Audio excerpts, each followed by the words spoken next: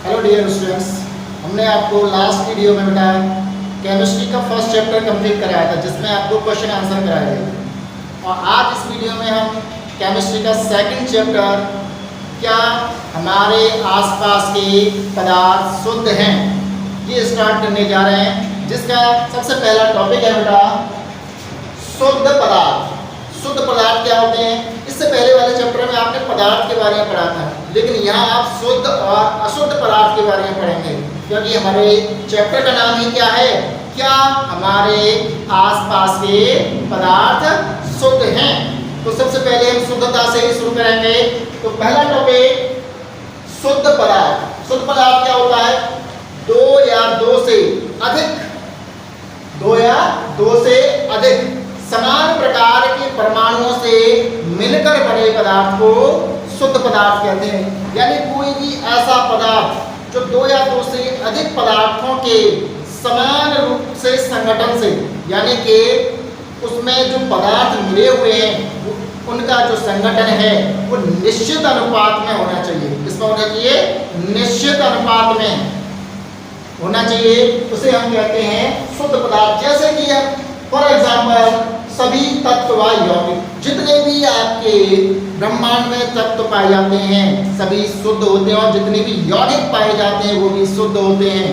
जैसे कि यौगिक के रूप में ले लें हम NaCl। NaCl क्या? एक नमक है। तो इस पर सोडियम और क्लोरीन का जो अनुपात होता है वो निश्चित होता है। यानी कि जब भी आप सोडियम 1 किलो लें या फिर 2 किलो, उसमें जो सोडियम और क्लोरीन का अनुपात होगा वो निश्चित होगा। ठीक है, जैसे मान लीजिए हमारे पास सोडियम कितना है? देखिए सोडियम का परमाणु भार होता है 23 और क्लोरीन का होता है 35.5। तो NaCl बराबर कितना हो गया? इन दोनों को जोड़ दोगे तो बनता है 58.5। ये इसका कुल द्रव्यमान होता है। लेकिन अगर हम इसका संगठन बढ़ा दें, सोडियम के अगर 2 परमाणु करते हैं और क्लोरीन के 2 परमाणु करते हैं तो क्या हो जाएगा? इसमें 2 का मल्टीप्लाई हो जाएगा, जिससे कि सोडियम अगर यहाँ हमने 2 कर दिया तो कितना हो जाएगा? 46 हो जाएगा 2 का गुणा करने पर। और क्लोरीन अगर 2 कर दिया तो ये कितना हो जाएगा? 71 हो जाएगा। क्लियर? लेकिन जब हम इसका अनुपात निकालेंगे तो अनुपात निकालने के लिए बेटा हम 2 से भाग लगा देते हैं। क्या करते हैं? 2 से भाग लगा देते हैं, या फिर कोई भी ऐसी संख्या जिससे वो संख्या कट सके। ठीक है, तो दोनों में अगर हम 2 से भाग लगाएंगे तो फिर से क्या रहने वाला है? 46 में 2 से भाग लगाएंगे तो 23 आ जाएगा। 71 में 2 से भाग लगाएंगे तो कितना आ जाएगा? 35.5। यानी कि अनुपात वही आएगा 23 अनुपात 35.5। तो आप कह सकते हैं कि जो भी यौगिक बने होते हैं उनका जो संगठन होता है वो निश्चित अनुपात में होता है। ठीक है, अब दूसरा बात करते हैं हम अशुद्ध पदार्थ। अशुद्ध पदार्थ क्या होता है? 2 या 2 से अधिक भिन्न प्रकार के परमाणुओं के विषम संगठन, परमाणुओं के विषम संगठन को अशुद्ध पदार्थ कहते हैं।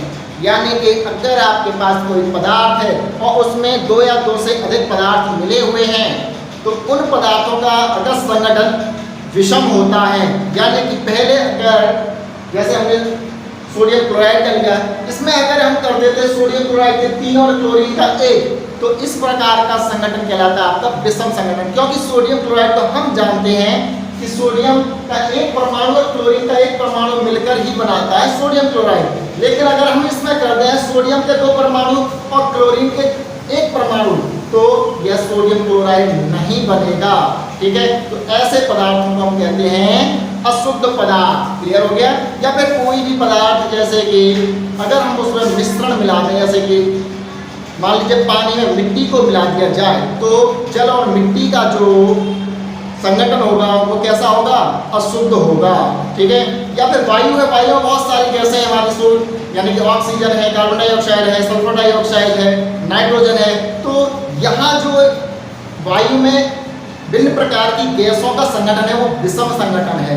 तो वायु को हम कह सकते हैं एक अशुद्ध पदार्थ है। क्या है? अशुद्ध पदार्थ। लेकिन अगर बात करें वायु में अलग अलग जो गैसें हैं क्या वो आपस में या वो उनको हम अगर इंडिविजुअली देखें तो वो शुद्ध हैं या अशुद्ध। तो ऑक्सीजन अपने आप में शुद्ध है, नाइट्रोजन अपने आप में शुद्ध है, सल्फर डाइऑक्साइड अपने आप में शुद्ध है, लेकिन जब ये एक साथ मिलती हैं तो क्या हो जाती हैं? अशुद्ध हो जाती हैं। क्लियर? अब देखते हैं बेटा अगला हमारे आपका मिश्रण। मिश्रण क्या होता है? जो आपका अशुद्ध पदार्थ की परिभाषा वही आपकी शुद्ध पदार्थ की परिभाषा भी हो सकती है, या फिर आप थोड़ा सा चेंज करना चाहते हैं तो चेंज भी कर सकते हैं। जैसे कि देखिए यहाँ पर दो या दो से अधिक पदार्थों के संयोग से मिलकर बने पदार्थों को मिश्रण कहते हैं। यानी कि जब दो या दो से अधिक पदार्थ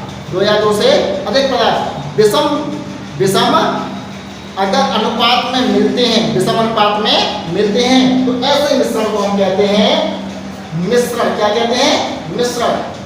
अब बात करते हैं हम मिश्रण के प्रकार के बारे में। मिश्रण के प्रकार क्या होते हैं? देखिए मिश्रण दो प्रकार का होता है, समांगी मिश्रण और विषमांगी मिश्रण। समांगी मिश्रण क्या होते हैं? दो या दो से अधिक समान पदार्थों के मिश्रण को समांगी मिश्रण कहते हैं। यानी कि समान मतलब एक जैसे पदार्थ, ठीक है? दो या दो से अधिक समान पदार्थों के मिश्रण को समांगी मिश्रण कहते हैं। जैसे जल व चीनी, जल और चीनी का जो मिश्रण होता है समांगी मिश्रण होता है। क्यों? क्योंकि ये मिश्रण एक दूसरे में पूर्ण रूप से घुल जाते हैं। तो जो मिश्रण एक दूसरे में पूर्ण रूप से घुल जाते हैं उन मिश्रणों को हम समांगी मिश्रण कहते हैं। इसी प्रकार दूसरा है जल व नमक। तो जल में अगर नमक को घोला जाए तो ये भी पूर्ण रूप से घुल जाता है, तो ये भी क्या कहलाएगा? समांगी मिश्रण। अब दूसरा बात करते हैं विषमांगी मिश्रण। विषमांगी मिश्रण क्या होता है? दो या दो से अधिक विषमान पदार्थों के मिश्रण को विषमांगी मिश्रण कहते हैं। यानी कि जब दो या दो से अधिक विषमांग पदार्थों को अगर हम मिलाएं, विषमांग मतलब ऐसे पदार्थ जो एक दूसरे में ना घुल सकते हैं, जो एक दूसरे में ना घुल सकते हो, ऐसे पदार्थों को हम विषमांग कहते हैं। और ऐसे पदार्थों के मिश्रण को हम विषमांगी मिश्रण कहते हैं। एग्जाम्पल में देखें बेटा, जल व मिट्टी। अगर जल में हम मिट्टी को मिलाएं तो मिट्टी जल में नहीं घुलती है। अगर हम उसको मिट्टी को जल में घोलेंगे तो कुछ समय पश्चात क्या होता है? वह मिट्टी नीचे तली में बैठ जाती है। या फिर कह सकते हैं जल व बालू का मिश्रण। अगर बालू को भी मिलाओगे तो बालू के साथ भी यही प्रक्रिया होगी। पहले तो उसमें क्या होगी? वो मिश्रित हो जाएगी, लेकिन कुछ समय पश्चात क्या होंगे? उसके कारण नीचे बैठ जाएंगे। और आगे देखते हैं रक्त। रक्त जो है ये भी आपका क्या है? एक विषमांगी मिश्रण है, ठीक है? दूध ये विषमांगी मिश्रण है, जिसमें कि बहुत यानी कि प्रोटीन होता है, वसा होता है, कार्बोहाइड्रेट, विभिन्न प्रकार के इसमें आपके तत्व मिले होते हैं। दूसरा है आपका ऐसा अगला वायु। वायु में हमने ये बताया कि विभिन्न प्रकार की गैसों से मिलकर वायु बनी होती है। यहाँ ऑक्सीजन को वायु नहीं कह सकते। वायु का मतलब है जितनी भी हमारे यहाँ पर वायुमंडल में गैसें हैं उनको हम कहते हैं वायु। क्लियर?